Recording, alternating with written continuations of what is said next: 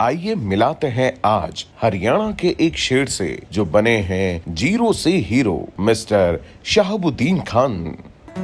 शहाबुद्दीन खान, पिता अब्दुल हमीद, माता नजीरी। हम 6 भाई और 3 बहन है। मेरा जन्म जिला करनाल हरियाणा के एक छोटे से गांव उपलना में हुआ।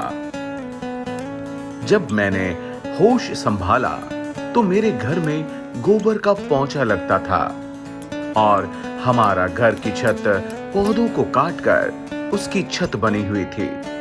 जब मैं स्कूल जाता था तो यूरिया खाद के प्लास्टिक के कट्टे से मेरा स्कूल बैग बनवाया था।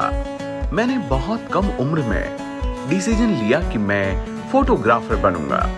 मेरे गांव से एक कस्बा जिसका नाम असंध है, जो कि मेरे गांव से 12 किलोमीटर दूर पड़ता है। मैं 5 बजे सर्दियों के दिनों में साइकिल पर असंध गांव में फोटोग्राफी सीखने जाने लगा। सर्दियों में साइकिल पर हाथ सुन पड़ जाते थे, पर मैं कभी भी सीखने में पीछे नहीं रहा। मैंने 4 साल तक राज स्टूडियो पर फोटोग्राफी का काम सीखा। फोटोग्राफी सीखने के बाद मैंने गोहाना जिला सोनीपत में शिफ्ट हो गया और मैं गोहाना में अपना स्टूडियो चलाने लगा। छोटा सा कमरा किराए पर लेकर रहने लगा। पैसा ना होने की वजह से किराए के मकान के एक ऐसे हिस्से में रहता था जिसमें प्लास्टर भी नहीं हुआ करता था। स्टूडियो खोलने के बाद थोड़ी दाल रोटी ठीक चलने लगी थी। मैं स्कीमों में उलझने लगा और सारे पैसे और इमेज खराब कर दी थी। थोड़े दिन के बाद मुझे मेरे दोस्त विजय विरोधिया जी मिले और मुझे आरसीएम के बारे में बताने लगे, लेकिन मैंने उनकी बातों का विश्वास नहीं किया क्योंकि मैं पहले से इस तरह की मेंबर बनाने वाली कंपनियों में काम कर चुका था। नॉलेज नहीं होने की वजह से मेरे पास जो पैसा था वह सब बर्बाद हो गया और मेरा स्टूडियो समय न देने की वजह से बंद हो गया। मेरे माँ बाबूजी सभी दोस्त मुझसे नाराज रहने लगे। माँ बाबूजी ने डिसीजन लिया कि यह मेंबर बनाने का चक्कर में लगा रहा, क्यों ना इसकी शादी कर दी जाए। मेरी बहुत कम उम्र में साबरा के साथ शादी कर दी गई। शादी के बाद कोई काम ना होने की वजह से मैं डिप्रेशन में रहने लगा। साबरा ने कहा, किसी स्टूडियो पर 2000 की नौकरी कर लो, ऐसे कब तक बैठे रहोगे। 15 जनवरी 2005 को दोबारा से विजय विरोधिया जी, जो मेरे अच्छे दोस्त, वह दोबारा आए और उन्होंने कहा, यार तुम आरसीएम क्यों नहीं समझना चाहते। यह देखो, आरसीएम से मेरे 21,000 रुपए का चेक आया है और 1 घंटा मुझे स्कीम और बिजनेस में अंतर समझा। मैंने 15 जनवरी 2005 विजय जी से मिलने के बाद डिसीजन लिया, लेकिन फील्ड से निकलने के लिए पैसा चाहिए था। स्टूडियो बंद हो चुका था। पैसा न होने की वजह से मैं फील्ड में नहीं निकल पा रहा था। उन दिनों साबरा के पास 700 रुपए रखे हुए थे। मेरी मिसेज साबरा ने कहा कि इनसे अगर काम चल सकता है तो इन्हें रख लो। मैंने साबरा से 700 रुपए लिए और फील्ड में निकल गया। 7 से 8 दिन के बाद मेरे पास वो जो 700 रुपए थे वो खत्म हो गए। वापस घर जाने के लिए बस का किराया भी पूरा नहीं था। उन्हीं दिनों मेरा बड़ा भाई के यहाँ एक बेटी ने जन्म लिया, जिसको मैंने गोद ले लिया था। मेरी बेटी ऊपर का दूध पीती थी। मैं 10 दिन से फील्ड में था। मेरी बेटी रो रही थी। मेरी मिसेस के पास 20 रुपए 1 लीटर दूध खरीदने के लिए भी पैसा नहीं था। और जब मेरी मिसेस ने यह घटना मुझे बताई कि बेटी का दूध के लिए भी पैसा नहीं था, जब मैंने 1 लीटर दूध न होने की घटना साबरा से सुनी, तो मैं और तेजी के साथ आरसीएम में काम करना शुरू किया। लगातार सिस्टम को फॉलो अप करते हुए आगे बढ़ता गया और ज्यादा से ज्यादा लोगों को आरसीएम का बड़े से बड़े फंक्शन में बिठाने लगा। मैं रॉयल्टी अचीवर बना, फिर मैं टेक्निकल बना और फिर मैं स्टार रूबी बना और मैं जुनून से काम करता गया। और फिर मैं सितंबर 2021 फाउंडर सफायर बना। जो सारा ड्रीम अधूरा था वह सब आरसीएम के माध्यम से पूरा हुआ।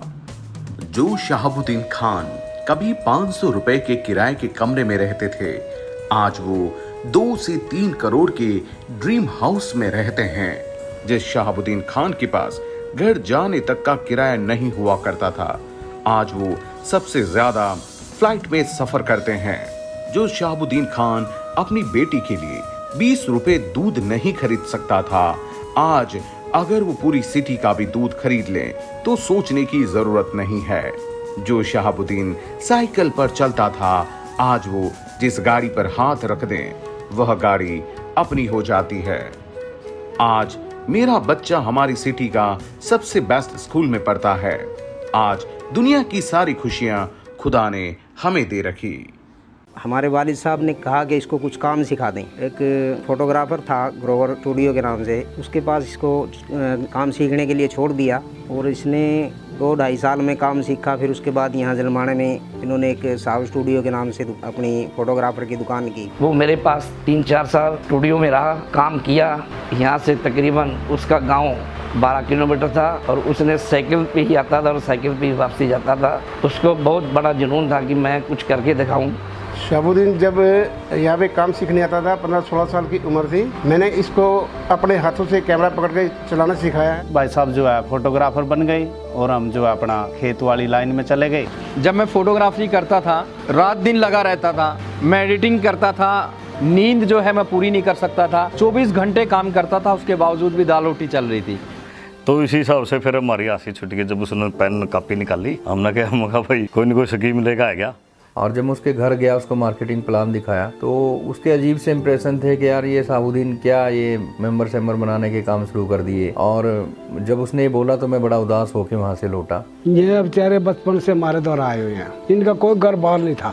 ये बचपन से आकर ये हमारे घर में बेचारे रहे करते। मेरे ऊपर काफी टोंट कसे जाते थे। मैंने इनको बोला मैं कैसा कैसा काम करते हो आप, अब थोड़ा मेरे को भी तो बताओ ना। आप मेरे को टाइम ही नहीं देते। आप कभी 5 मिनट के लिए जाते हो तो अगले दिन आते हो, अगले दिन को कह के जाते हो तो 10 दिन में आते हो। तो एक अजीब सी नज़रों से लोगों ने मेरे को देखा कि यार मतलब ऐसा हो गया जैसे जब हम इस तरह का कोई काम करते हैं तो दोस्तों ने मेरे को एकदम दूर कर दिया कि भाई पता नहीं मैंने कोई गुनाह कर दिया हो। जैसे रिश्तेदारों से कईयों से मेरी बात हुई, उन्होंने भी मेरी बात को नहीं सुना।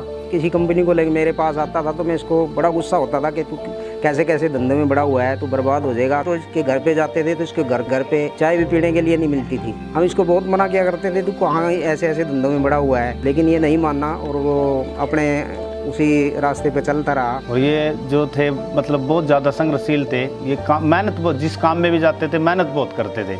मैंने कभी सोचा भी नहीं था। मैं एक छोटे से किराए के रूम में रहती थी और कभी मेरे मायके वाले आते थे, मैं यही सोचती थी कि उनको मैं कहाँ लिटाऊंगी, कहाँ बिठाऊंगी, कहाँ मैं खाना बनाऊंगी। के ड्रीम में सुनता था, ये बोलते थे कि भाई मैं बड़ी गाड़ियाँ लूंगा, बड़े बंगले लूंगा, हवाई जहाजों में घूमूंगा। और मैं इनके ऊपर हंसता था कि साइकिल पे चलने वाला व्यक्ति इतने बड़े सपने देखता है। जिंदगी में कुछ ऐसा करना है कि मोबाइल तो छोड़ो, दुनिया के अंदर हर खुशियों की लाइन लगा देनी है। मेरे पापा नेटवर्क मार्केटिंग करते हैं, आरसीएम का नाम लिया। मतलब जो भी मुझे पता चला उस टाइम पर, जो समझ आया मैंने सब बताया। तो मेरी टीचर ने भी मेरा काफी मजाक उड़ाया, मेरे फ्रेंड्स मुझ पे हंसने लगे। मैं एक छोटे से किराए के कमरे में रहता था जिसमें प्लस्तर भी नहीं था। मैं एक फोटो के माध्यम से दिखाना चाहता हूँ, मेरी फोटो पड़ी हुई है वो। तो ये देखिए आप इस स्क्रीन पे देख रहे होंगे कि ये प्लस्तर भी इस कमरे में नहीं हुआ करता। मिसिज कहने लगी ऐसा कब तक चलेगा, क्यों ना किसी फोटोग्राफर की दुकान पे तुम नौकरी कर लो, 1000-2000 रुपए में नौकरी मिल जाएगी, कम से कम गुजारा तो होगा। आज की जिंदगी और कल की जिंदगी में जमीन आसमान का अंतर है। बड़ी बड़ी गाड़ियां हैं उसके पास। एक सपना था, आज इसके पास गाड़ी भी है, बंगला भी है, बहुत अच्छा मकान बनाया हुआ है, इसके बच्चे अच्छा लाइफस्टाइल जी रहे हैं। इतनी बड़ी तरक्की की। जिस टाइम इन्होंने शुरू किया था इस बिजनेस को, उस टाइम इनके पास कुछ नहीं था, हमारे पास सब कुछ था। लेकिन हम वहीं के वहीं हैं और ये हमारे से 100-200 गुना आगे निकल गए। यदि हम जितना पैसा 3 साल में 2.5 साल में कमाते हैं ना दिन रात मेहनत करके, उतना खान साहब का 1 महीने का है। और आरसीएम के जरिए से आज मैं एक 250 रुपए के सोचने वाली एक 2.5 करोड़ के मकान में मैं रहती हूँ। शहाबुद्दीन खान को इनके बचपन के दिनों से बहुत अच्छे से जानता हूँ। उसका बिल्कुल जीता जागता उदाहरण हमारे सामने है। अगर मैं ये कहूँ कि ये एक मेहनत का चलता फिरता साहित्य हमारे शहर में मौजूद है तो ये कोई अतिशयोक्ति नहीं होगी। इन्होंने जितनी मेहनत की, बिल्कुल एक सामान्य से परिवार से उठकर और अपनी संघर्ष के बल पर, मैं ये कहता हूँ कि जब आदमी को खून की जरूरत होती है तो वो कहीं ब्लड बैंक से खून मांगता है, और कुछ आदमी ऐसे होते हैं कि जो खून को अपनी नस के मुंह लगाकर अपनी पूर्ति पैदा करते हैं। ये उन शख्सियत में से शहाबुद्दीन खान जी हैं। I am proud of my dad, क्योंकि उन्होंने आज हमें सब कुछ दिया है, जो हम डिजर्व भी नहीं करते वो भी आज हमें दिया है। आज मेरे पास जो एक 500 रुपए के किराए के कमरा था मेरे पास, उसका किराया देने के पास पैसे नहीं होते थे। आज जहाँ पे मैं बैठा हूँ ये मेरा अपना स्विमिंग पूल है। 2.5 से 3 करोड़ रुपए के घर में मैं अभी रहता हूँ। और आरसीएम के माध्यम से पापा ने हमें पूरा हिंदुस्तान घुमा चुके हैं। पापा 2 साल तक बेड पे रहे, लेकिन इनकम हमारी आरसीएम से नहीं रुकी। समय मिला, यहाँ पे मेरे को सिक्योरिटी मिली, यहाँ पे मेरे को इज्जत और मान सम्मान, वो सारी की सारी चीज़ें एक ही प्लेटफॉर्म पे मिली। और दोस्तों वो है आरसीएम बिजनेस। और हमें एक दिन बताया कि मैंने एक ये सपना देखा है, मेरा ड्रीम हाउस बनेगा जिसमें एक बेसमेंट होगा, उसमें एक मीटिंग हॉल होगा और एक स्विमिंग पूल होगा टेरेस पे। और आज वो सपना बिकॉज ऑफ आरसीएम ये सपना सक्सेसफुल हो चुका है। जब से मैं इस परिवार का हिस्सा बना हूँ, कई बार पापा के साथ सेमिनार में जाने का मौका मिला, लेकिन वहाँ पे जाके मैंने देखा कि उस संघर्ष से पापा ने क्या कमाया है। फूल मालाएं, कोई पैर छू रहा है, कोई क्लैपिंग, मतलब एक जैसे सुपरस्टार हो कोई।